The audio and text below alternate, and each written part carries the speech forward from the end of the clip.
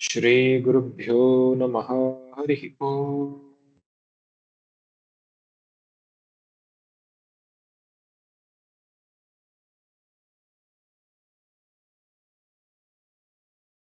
नामगिरि रवींद्र जी। हरि ओम। इद्मश्च मे बर्हिश्च मे इद्मश्च मे बर्हिश्च मे इद्मश्च मे बर्हिश्च मे वेतिश्च मे दिष्णियाश्च मे दिश्च मे दिष्णियाश्च मे वेदिश्च मे दिष्णियाश्च मे सृचश्च मे चमसाश्च मे उचश्च मे समसाक्ष मे सुचश्च मे समसाक्ष मे ग्रावाणश्च मे स्वरवश्च मे ग्रावाणश्च मे स्वरवश्च मे ग्रावाणश्च मे स्वरवश्च मे उपरवाश्च मे धिषवणे च मे उपरवाश्च मे दिशवनेश्च मे उपरवाश्च मे दिशवनेश्च मे द्रोणकलशश्च मे वायव्यानि च मे द्रोणकलशश्च मे वायव्यानि च मे द्रोणकलशश्च मे वायव्यानि च मे भूतभृच्छम आदवनीयश्च मे पूतभृश्चम आदवनीयश्च मे पूतभृश्चम आदवनीयश्च मे आग्नेयीद्रं च मे हविर्धानं च मे आग्नीग्रञ्च मे हविद्यानञ्च मे आग्नीग्रञ्च मे हविद्यानञ्च मे गृहाश्च मे सदश्च मे गृहाश्च मे सदश्च मे गृहाश्च मे सदश्च मे पुरोडाशाश्च मे पचताश्च मे पुरोडाशाश्च मे पसताक्ष मे पुरोडाशाश्च मे पसताक्ष मे अवभृतश्च मे स्वगाकारश्च मे अवभृदक्ष मे स्वगाकारक्ष मे अवभृदक्ष मे स्वगाकारक्ष मे प्रेमा जी।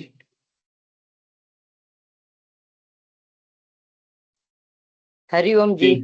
इद्मश्च मे बर्हिश्च मे वेदिश्च मे दिष्णियाश्च मे इद्मच्छ मे बर्हिच्छ मे बर्हिच्छ मे वेदिच्छ मे दिष्णियाश्च मे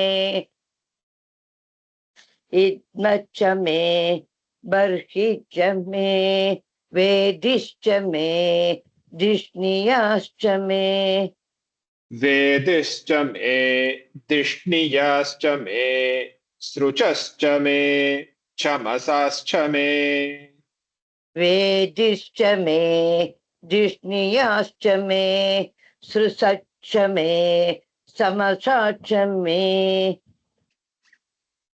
वेदिश्च मे दिष्णियाश्च मे सुरसच्च मे सुरसच्च मे समसाच्च मे सृचश्च मे चमसाश्च मे ग्रावाणश्च मे स्वरवश्च मे सुरसच्च मे समसाच्च मे ग्रावाणच्च मे स्वरवच्च मे उपरवाच्च मे सुरसच्च मे समसाच्च मे ग्रावाणश्च मे स्वरवच्च म उभरवाश्च मे ग्रावाणश्च मे स्वरवश्च म उपरवाश्च मे दिशवणे च मे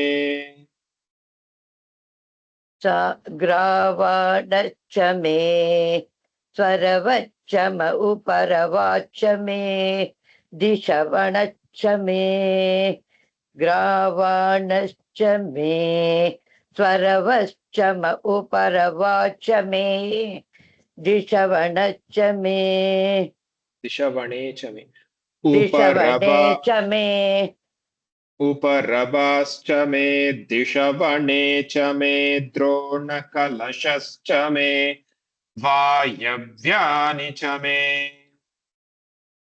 उपरवाश्च मे दिशवणच्च मे द्रोण दिशवणे च मे दिशवणे च मे द्रोणकलशच्च मे वायव्यानि च मे उभरवाच्च मे दिशवणे च मे द्रोणकलशच्च मे वायव्यानि च मे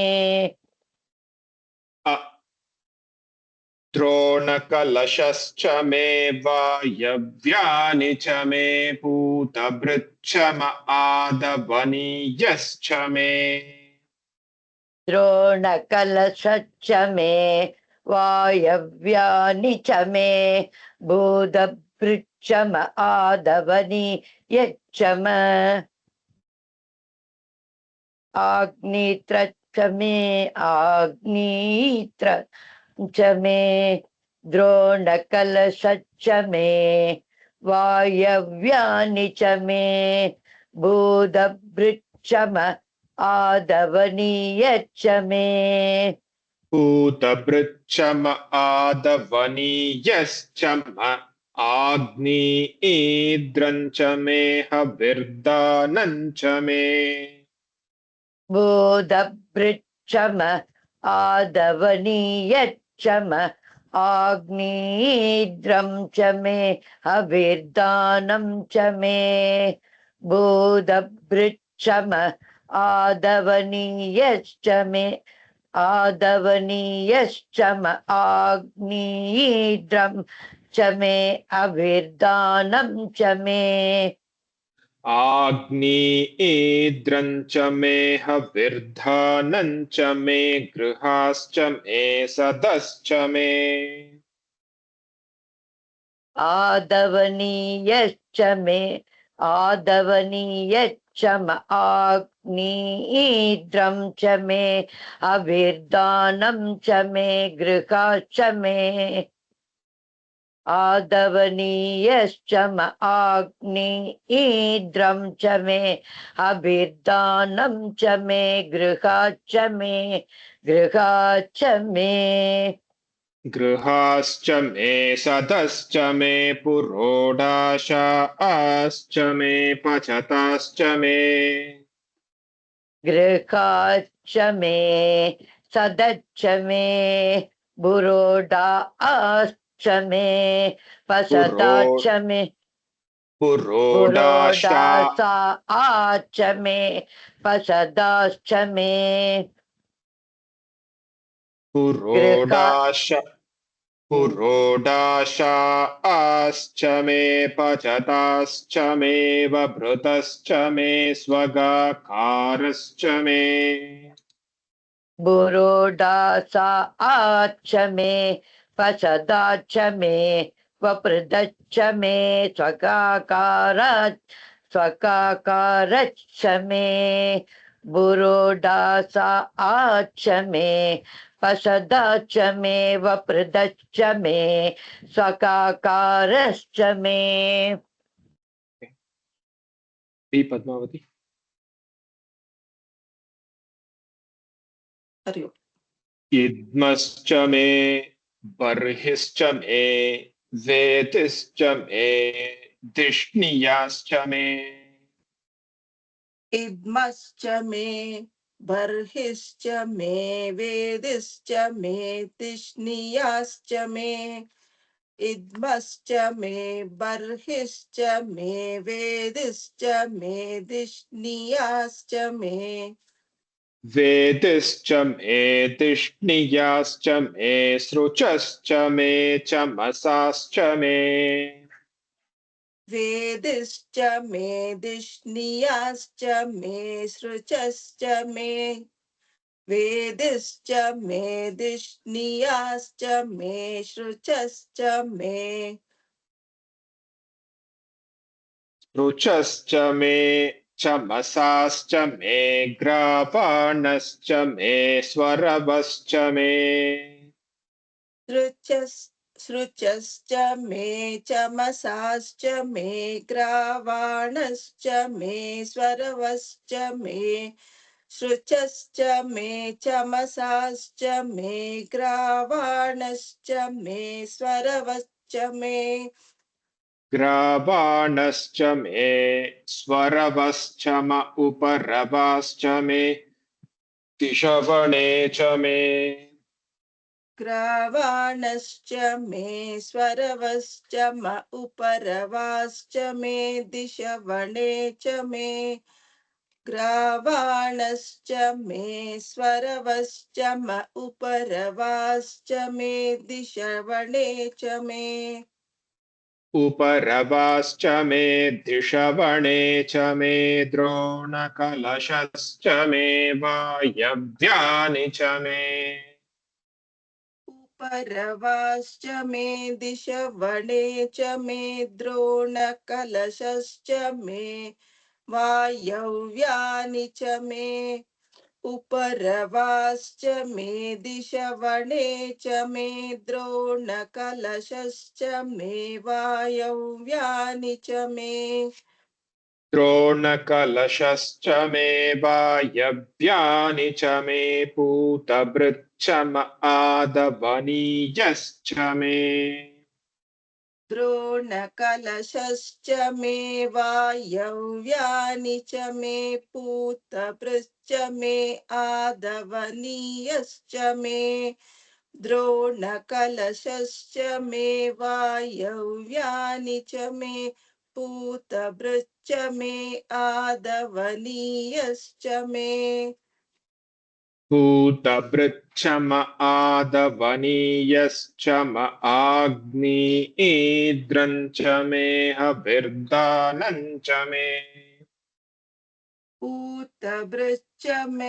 पूतभृच्च म आधवनीयश्च म आग्नेयीद्रं च मे हविर्दानं च मे पूतभृच्च म आधवनीयश्च म आग्नेयीद्रं च मे हविर्दानं च मे आग्नेयीद्रं च मे हविर्धानं च मे गृहाश्च मे सदश्च मे आग्नेयीद्रं च मे हविर्दानं च मे गृहाश्च मे आग्नेयीद्रं च मे हविर्दानं च मे गृहाश्च मे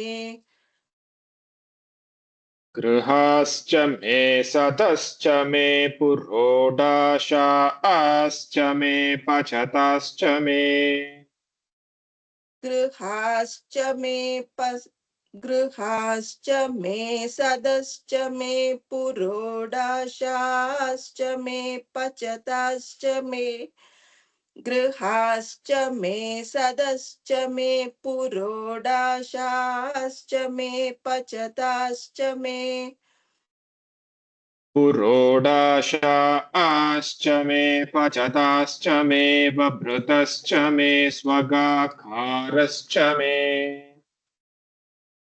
पुरोडाशाश्च मे पचताश्च मे वभृतश्च मे स्वघाकारश्च मे पुरोडाशाश्च मे पचताश्च मे वभृतश्च मे स्वगाकारश्च मे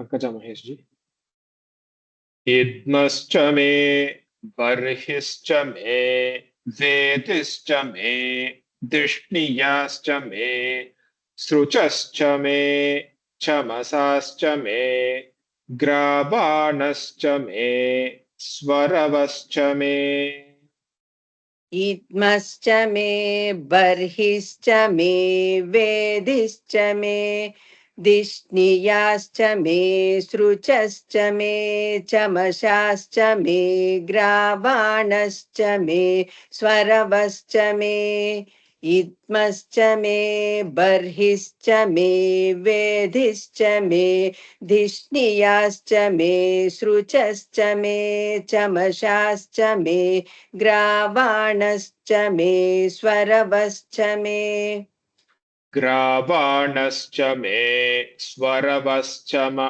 उपरवाश्च मे दिशवणे च मे द्रोणकलशश्च मे वायव्यानि च मे पूतभृच्च म आदवनीयश्च मे ग्रावाणश्च मे स्वरवश्च म उपरवाश्च मे धिषवणे च मे द्रोणकलशश्च मे वायव्यानि च मे पूतभृच्च म आधवनीयश्च मे ग्रावाणश्च मे स्वरवश्च म उपरवाश्च मे धिषवणे च मे द्रोणकलशश्च मे वायव्यानि च मे पूतभृच्च म आधवनीयश्च मे पूतभृच्च म आदवनीयश्च म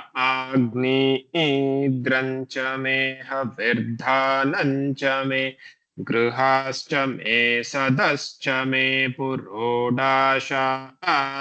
मे पचताश्च मे वभृतश्च मे स्वगाकारश्च मे पूतभृच्छ म आधवनीयश्च म आग्नेयीध्रं च मे हविर्धानं च मे गृहाश्च मे सदश्च मे पुरोडाशाश्च मे पचताश्च मे वभृतश्च मे स्वगाकारश्च मे पूतभृच्छ म आधवनीयश्च म आग्नेयीध्रं च मे हविर्धानं च मे गृहाश्च मे सदश्च मे पुरोडाशाश्च मे पचताश्च मे वभृतश्च मे स्वगाकारश्च मे थैंक यू जी पार्वती जी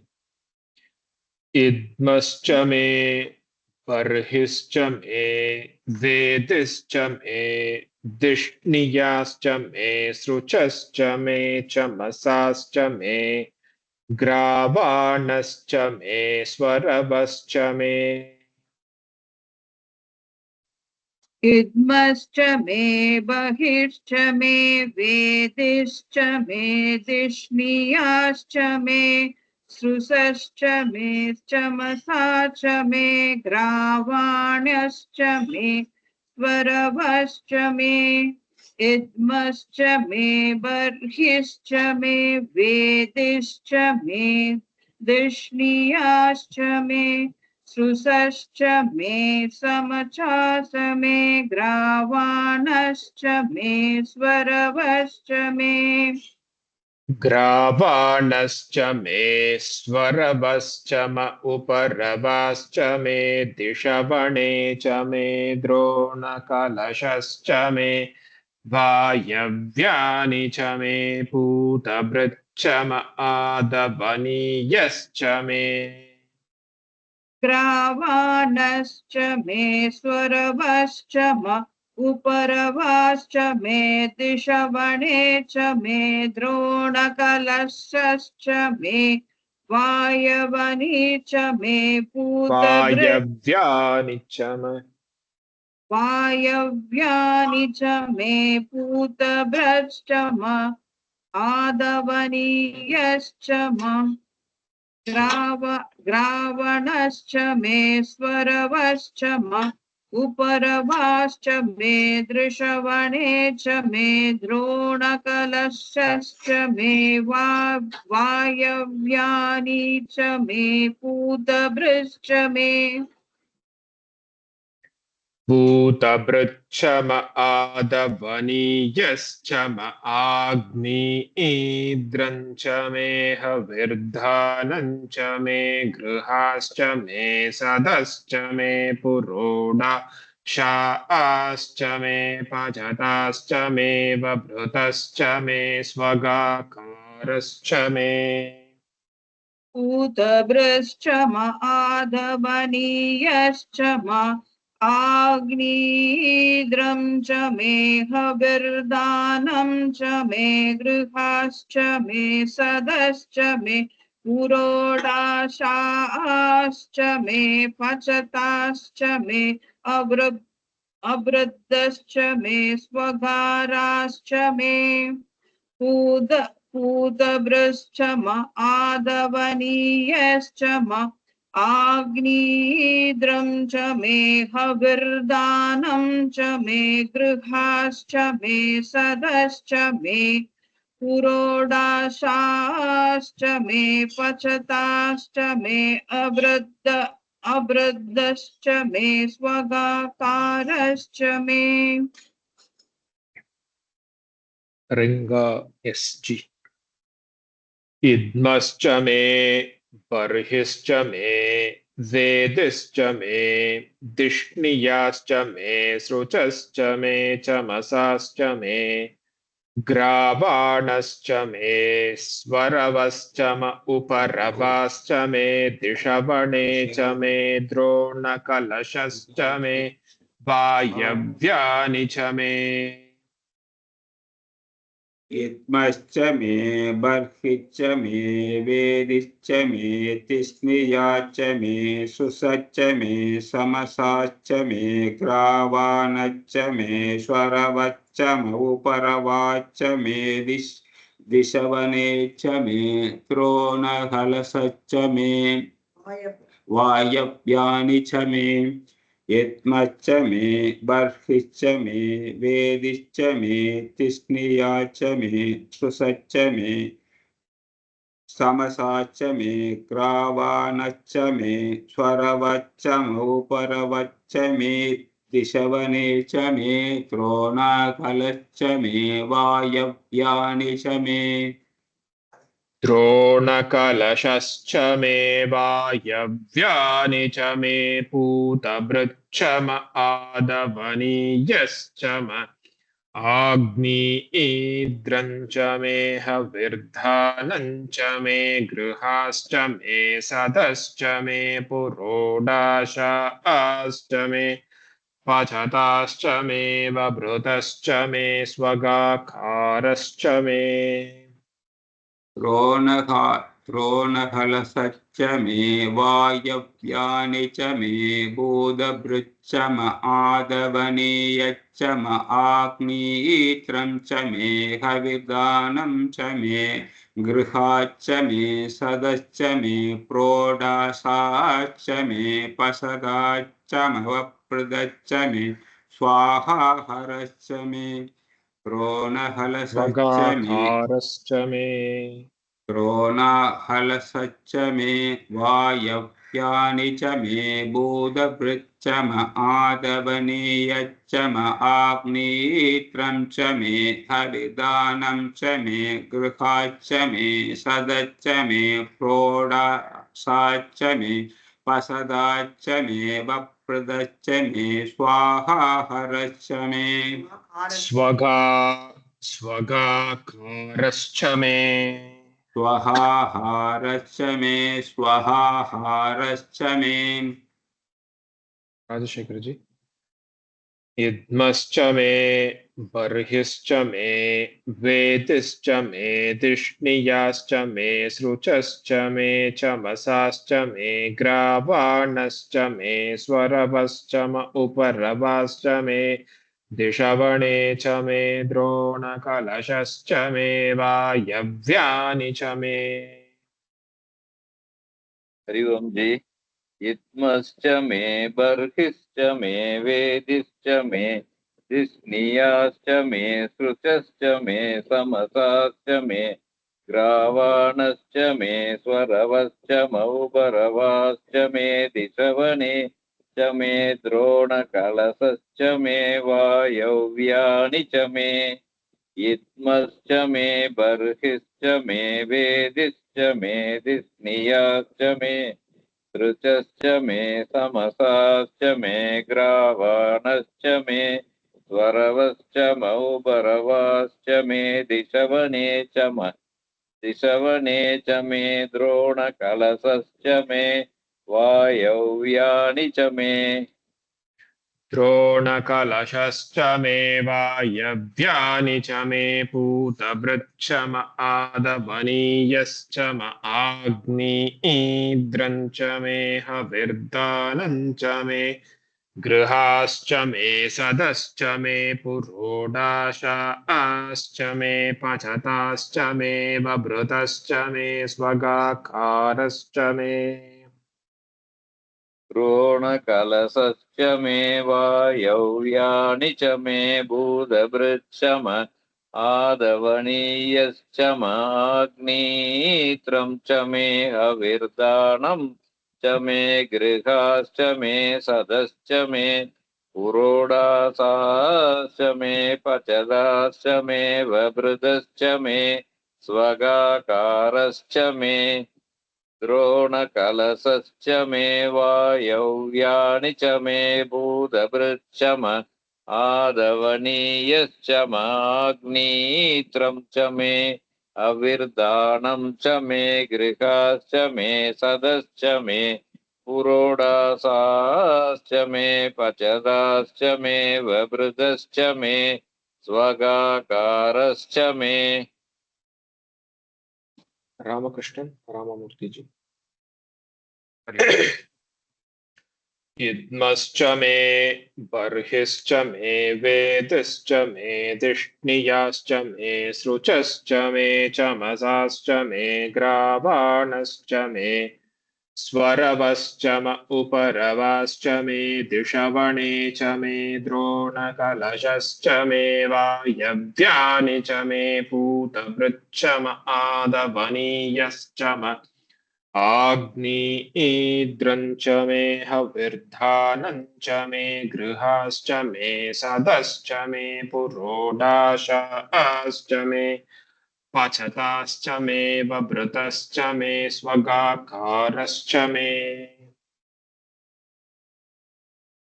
च मे बर्हिश्च मे वेदिश्च मे दिष्णियाश्च मे श्रुवश्च मे चमसाश्च मे ग्रावाणश्च मे स्वरवश्च म उपरवाश्च मे दिशवणे च मे द्रोणकलशश्च मे वायव्यानि च मे पूतभृच्छ म आदवनीयश्च म आग्नेयीध्रं च मे हविर्धानं च मे गृहाश्च मे सदश्च मे पुरोडाशाश्च मे पचताश्च मे वभृतश्च मे स्वगाकारश्च मे ओके गुड रामनाथन जी इद्मश्च मे जी once okay बर्हिश्च जी once okay रामनाथन जी इत्मश्च मे बर्हिश्च मे वेदिश्च मे दिष्णियाश्च मे शुचश्च मे समसाश्च मे ग्रावाणश्च मे स्वरवश्च म उपरवाश्च मे दिशवणेश्च मे द्रोणकलशश्च मे वायव्यानि च मे भूतपृश्च म आदवनीयश्च म आग्नेयीत्रं च मे हविर्दानं च मे गृहाश्च मे सदश्च मे पुरोडाचाश्च मे पसदाश्च मे वपृदश्च मे स्वकाकारश्च मे राधिका शशांक जी हरिओम इद्मश्च मे बर्हिश्च मे वेदिश्च मे दिष्णियाश्च मे शुचश्च मे चमसाश्च मे ग्रावाणश्च मे स्वरवश्च म उपरवाश्च मे दिशवने च मे द्रोणकलशश्च मे वायव्यानि च मे पूतभृच्चम आधवनीयश्च म आग्नीन्द्रञ्च मे हविर्धानञ्च मे गृहाश्च मे सदश्च मे पुरोडाशाश्च मे पचताश्च मे वभृतश्च मे स्वगाकारश्च मे। राम चंद्रमौली। हरिओम जी। इद्मश्च मे बर्हिश्च मे वेदिश्च मे दिष्णियाश्च मे शुचश्च मे चमसाश्च मे ग्रावानश्च मे स्वरवश्च म उपरवाश्च मे दिशवणे च मे द्रोणकलशश्च मे वायव्यानि च मे पूतभृच्छम आदवनीयश्च म आग्नेयीद्रञ्च मे हविर्धानञ्च मे गृहाश्च मे सदश्च मे पुरोडाशाश्च मे पचताश्च मे वभृतश्च मे स्वगाकारश्च मे। ரெடியா எல்லாரும் சொல்றதுக்கு?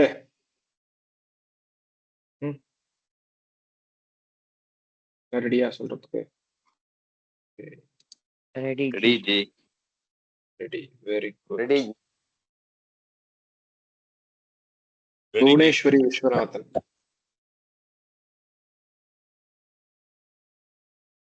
புவனேஸ்வரி விஸ்வநாதன் இருக்கீங்களா?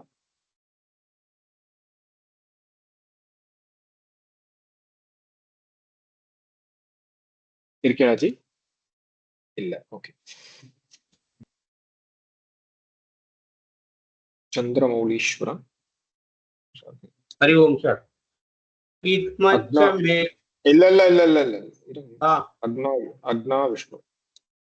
अच्छा ओके। முதல் அனுவாகமா? अग्ना विष्णु सचोष सेवा वर्धन्तु भामिरः। ஒரு பேஜ் திட்டுனா போடுமே. ओम अग्ना विष्णु सचोष सेवा वर्धन्तु भामिरः युम्नैर्वाजे पिरागदं वाजश्च मे प्रसवच्च मे प्रयदिच्च मे प्रसिदिच्च मे दीदिच्च मे कृदुच्च मे स्वरच्च मे श्लोकच्च मे श्रावच्च मे श्रुतिच्च मे ज्योतिच्च मे शुभच्च मे प्राणच्च मे बाणच्च मे व्यानच्च मे शुच्च मे चित्तञ्च म आदीदञ्च मे वाक्च मे मनश्च मे चक्षुश्च मे श्रोत्रञ्च मे दशच्च म बलञ्च म दक्षश्च मे तक्षश्च मे बलञ्च म वोषश्च मे रगच्च म आयुश्च मे जराश म आत्मा च मे धनुश्च मे कर्म च मे वर्म च मे अङ्गानि च मे तानि च मे बरुहुंसि च मे शरीराणि च मे। वेंकट वेंकयाल्ला जी। ज्येष्ठ्यं च म ज्येष्ठ्यं च म आधिपत्यं च मे मन्युश्च मे वामश्च मे वश्च मे पश्च मे जयमा च मे महिमा च मे वरिमा च मे प्रतिमा च मे वर्ष्मा च मे द्रागुया च मे वृद्धं च मे वृत्तिश्च मे सत्यं च मे श्रद्धा च मे जगच्च मे धनं च मे वशश्च मे द्विषिश्च मे क्रीडा च मे मोदश्च मे जातं च मे जनिष्यमानं च मे सूक्तं च मे सुकृतं च मे वित्तं च मे वेद्यं च मे भूतं च मे भविष्यच्च मे सुगं च मे सुपदं च मे सुपदं च म वृद्धं च म वृद्धिश्च मे क्लुप्तं च मे क्लुप्तिश्च मे मतिश्च मे सुमतिश्च मे। ब्रह्मो शंच मे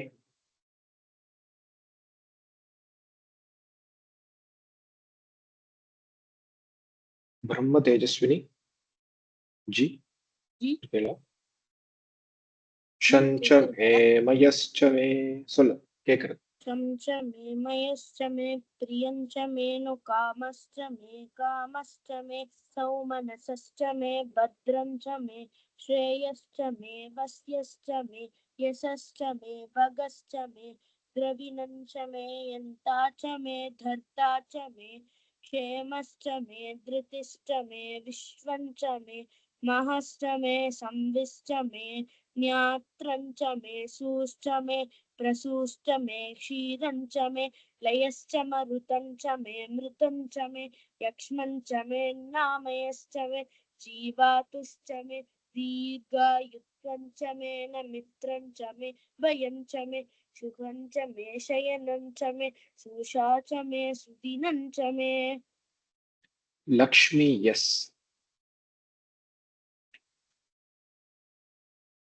லக்ஷ்மி எஸ். நமஸ்காரம்.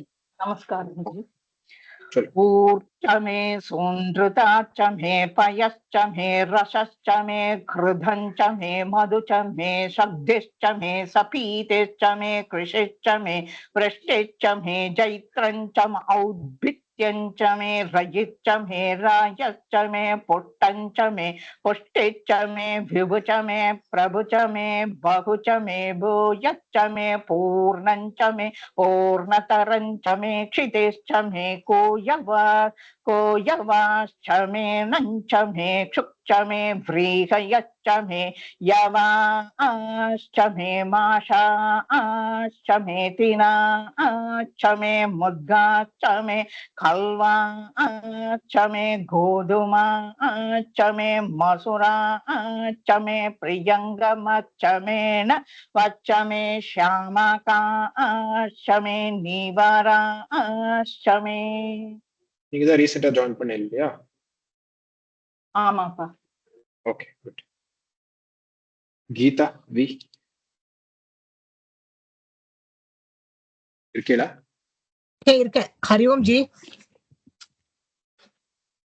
अस्मा च मे मृत्तिका च मे गिरयश्च मे पर्वताश्च मे शिखताश्च मे वनस्पतयश्च मे हिरण्यं च मे अयश्च मे सीसं च मे त्रपुश्च मे श्यामं च मे लोहं च मे अग्निश्च मे आपश्च मे विरुधश्च मे ओषधयश्च मे कृष्टपक्ष्यं च मे अकृष्टपक्ष्यं च मे ग्राम्याश्च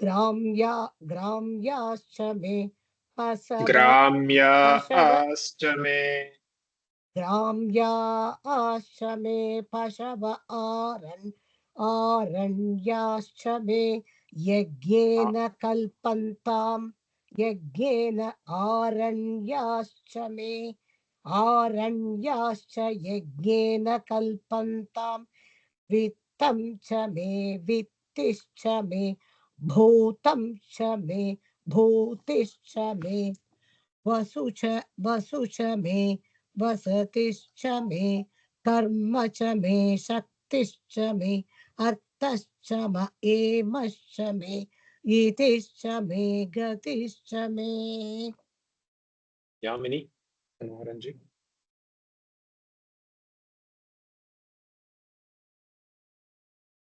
अग्निश्च म इन्द्रश्च मे सोमश्च म इन्द्रश्च मे सविता च म इन्द्रश्च मे सरस्वती च म इन्द्रश्च मे पूषा च म इन्द्रश्च मे बृहस्पतिश्च म इन्द्रश्च मे मित्रश्च म इन्द्रश्च मे वरुणश्च म इन्द्रश्च मे वष्टा च म इन्द्रश्च मे धाता च म इन्द्रश्च मे विष्णुश्च म इन्द्रश्च मेऽश्विनौ च म इन्द्रश्च मे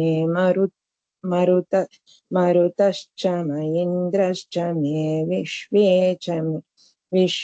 च मे देवा इन्द्रश्च मे पृथिवी च म इन्द्रश्च मे पृथिवी च म इन्द्रश्च मेऽन्तरिक्षम इन्द्रश्च मे द्यौश्च म इन्द्रश्च मे दिशश्च म इन्द्रश्च मे मूर्धा च म इन्द्रश्च मे प्रजापतिश्च म इन्द्रश्च मे।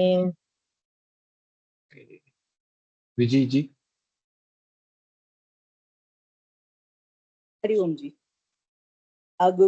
अगुंचुश्च मे रश्मिश्च मेदाभ्यच्च मे दिपदिश्च म उपागुंसुच्च मेऽन्तर्यामच्च मे ऐन्द्रवायवश्च मे मैत्रावरुणञ्च म आश्विनश्च मे प्रस्थानश्च मे शुक्रञ्च मे मन्ती च म आग्रयणञ्च मे वैश्वदेवञ्च मे ध्रुवश्च मे वैश्वानरश्च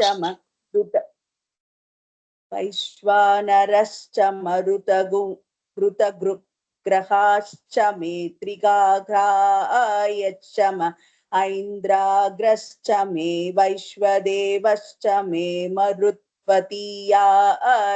मे माहेन्द्रश्च म आदित्यश्च मे सावित्रश्च मे सारस्वतश्च मे पौष्णश्च मे पात्नीवतश्च मे हारियोजनश्च मे। நிறைய இடத்துல இன்னு வருது. இன்லாம் எங்கேயுமே கிடையாது. ஒரு இஷ்சா தான். இன்ஸ்டா வருது. இஷ்சா மட்டும்தான் வரணும். இதோட கரெக்ட் பண்ணிக்கோங்க. ஓகே. கலாராஜன். इद्मश्च मे बर्हिश्च मे वेदिश्च मे दिष्णियाश्च मे शुचश्च मे चमशाश्च मे ग्रावाणश्च मे स्वरवश्च म उपरवाश्च मे दिशवने च मे द्रोणकलशश्च मे वायव्यानि च मे पूतभृच्च म आदवनीयश्च म आग्नित्रञ्च मे हविर्दानञ्च मे गृहाश्च मे सदश्च मे पुरोडाशाश्च मे पचताश्च मे वभृतश्च मे स्वगाकारश्च मे। பாலம்புரளி கிருஷ்ணா. இத்மஸ்ச.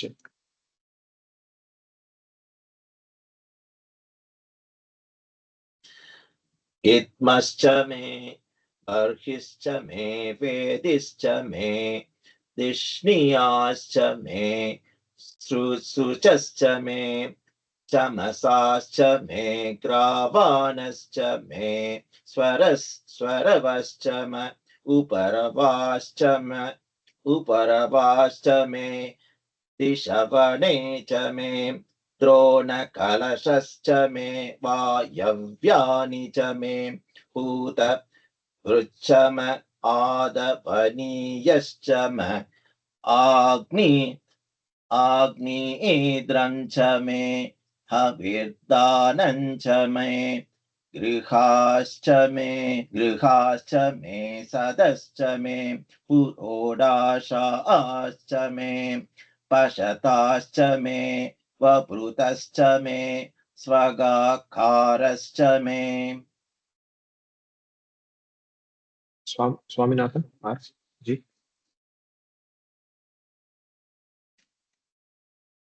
हरि ओम जी. फर्स्ट अनुवागमा இல்ல இத்மஸ்ச.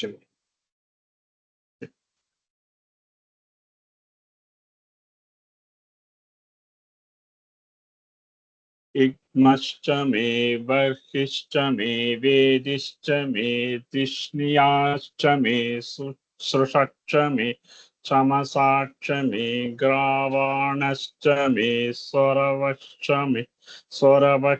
म उपरवाश्च मे दिशवने च मे द्रोणकलशश्च मे वायव्यानि च मे पूतभृच्च च म आदवनीयश्च म आग्रीद्रं च मे हविर्दानं च मे गृहाश्च मे सदश्च मे पुरोडासाश्च मे पचताश्च मे वभृतश्च मे स्वगाकारश्च मे.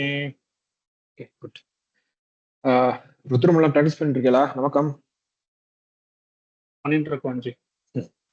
பண்றீங்களா? எஸ் ஜி, எஸ் ஜி. இல்ல சார், எல்லாரும் ஒரு சின்ன டவுட். இந்த துரோண கலட்சமின்னு வருது இல்லையா, அது துரோணனை பத்தி வருதா அது? தெரியல ஜி, எனக்கு தெரிஞ்சு இல்ல, தெரியல. நான் சொல்றேன் sir, I will tell you. துரோண கலசஷ்டமினா லார்ஜ் வுடன் வெசல். துரோணானா வெசல் அது. துரோண கலசஷ்டமினா லார்ஜ் வுடன் வெசல். ஹரியோம் சார். ஓகேயா? நானும் இந்த கொஸ்டினை அண்ணாட்ட கேட்டேன். அவன் அவனோட வாத்தியார் மாமாட்ட கேட்டு என்ன சொன்னானா, துரோண கலசம்னா சோம யஜ்ஞத்துக்கு யூஸ் பண்ற ஒரு திங் அப்படின்னு. அதுதான் சொன்னேன், துரோண கலசஷ்டமினா லார்ஜ் வுடன் வெசல். அது இட்ஸ் எ வெசல், வுடன் வெசல், லார்ஜ், பெரிசு. துரோணானா சான்ஸ்கிரிட்ல உடன் வெசல்னு அர்த்தம். துரோணி, துரோணி. சொல்லுங்க ராமகிருஷ்ணன் ஜி. இந்த இதுல பஞ்சமாக்கத்துல கிராமியாஷ்டமேயா கிராமியா ஆஷ்டமேயா டபுள் இன்டர்நேஷன் புக்ல இன்டர்நேஷனே இல்ல. புஸ்தானுவாக்கமா?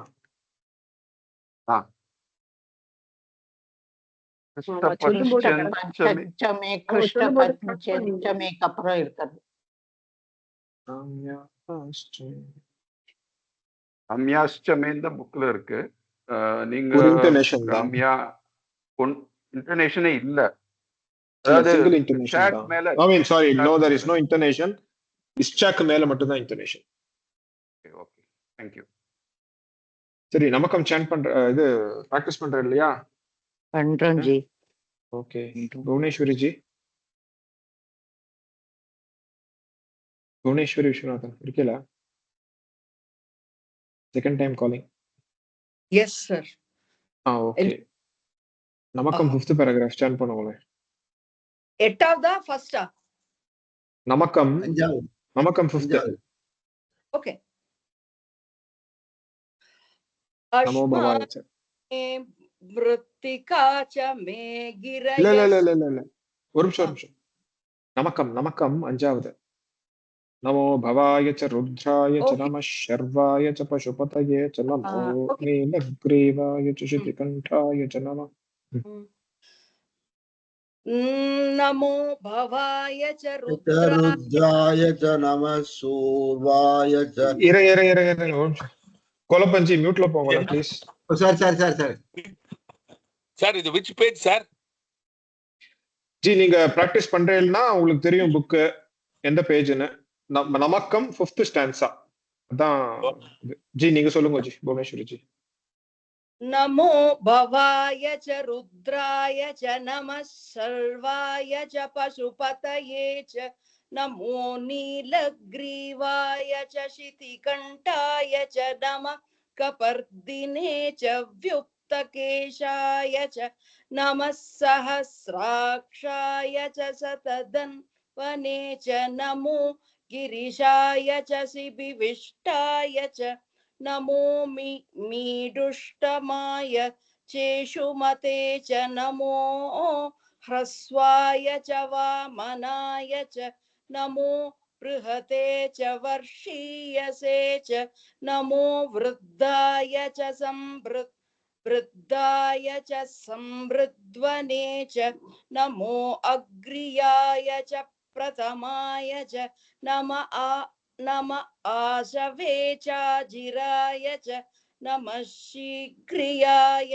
च शीभ्याय च नम ऊर्म्याय चावस्वन्याय च नमः श्रोतस्याय च द्वीप्याय च. Super G. Govindarajan G next. இந்த சேம் அனுவாகமா.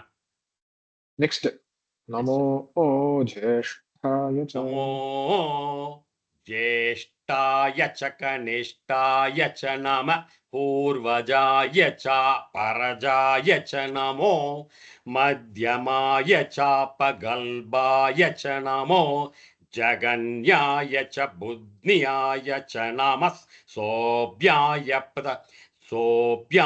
च प्रतिसर्याय च नमो याम्याय च क्षेम्याय च नमः उर्वर्याय च कल्याय च नमः श्लोक्याय च वसान्याय च नमो वन्याय च कक्ष्याय च नमः श्रवाय च प्रतिश्रवाय च नमः आशुषेनाय शाशुरताय च नमः सूराय चावबिन्तते च नमो वर्मिने च वरूतिने च नमो बिल्मिने च कवचिने च नमः श्रुताय च श्रुतसेनाय च नमस्कार योगेंद्र सुपर जी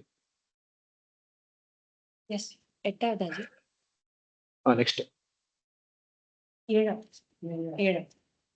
1 2 3 ஸ்டார்ட்.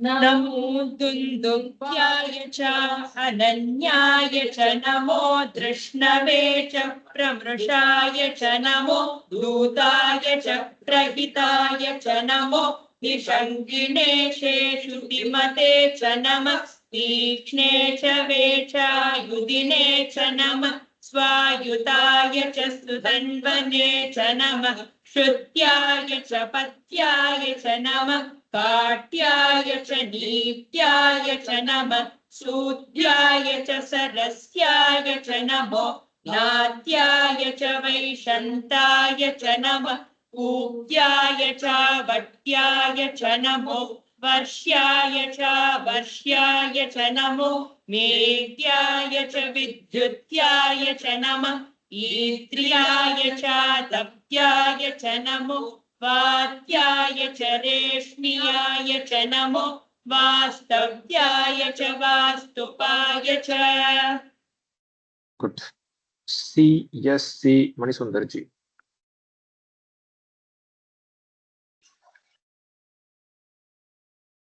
அடுத்தது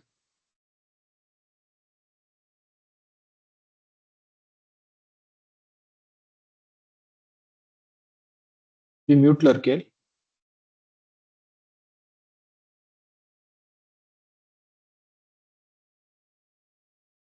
He's still on mute. Okay. Okay. नमस्ते च रुद्राय च नमस्कार. लक्ष्मी सभापति ओकेना.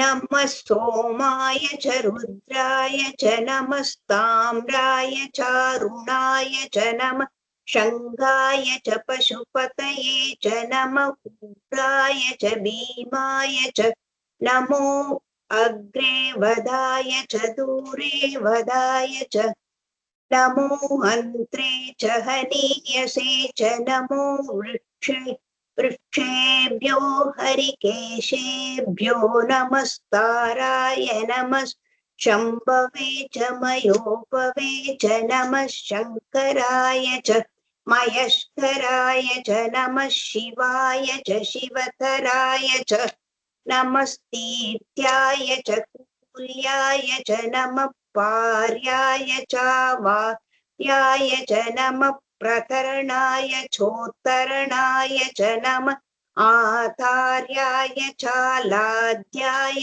च नमः षष्प्याय च पेण्याय च नमः सिकत्याय च नमः प्रवाह्याय च नमस्तिकत्याय च प्रवाह्य அங்க நம கிடையாது. சிகத்யாய च प्रवाह्याय च. Okay very good. நீங்க நம சொன்ன நடுவுல அதனால தான் சொன்னேன். சாரி தெரியல no problem. Super very nice. எல்லாரும் சார் எனக்கு sample thank you ji. Ji எனக்கு சான்ஸே வரல இன்னைக்கு. இன்னைக்கு நிறைய பேருக்கு வரல ஜி. எஸ் யாருக்குமே வரலையே. ரேண்டமா தான் செலக்ட் பண்ணலோ. ஆமா ஜி, எனக்கு வேணும், எனக்கு ரொம்ப பிரியமானவளை மட்டும்தான் ஜி செலக்ட் பண்ணேன் இன்னைக்கு. ரேண்டமா செலக்ட் பண்ணல.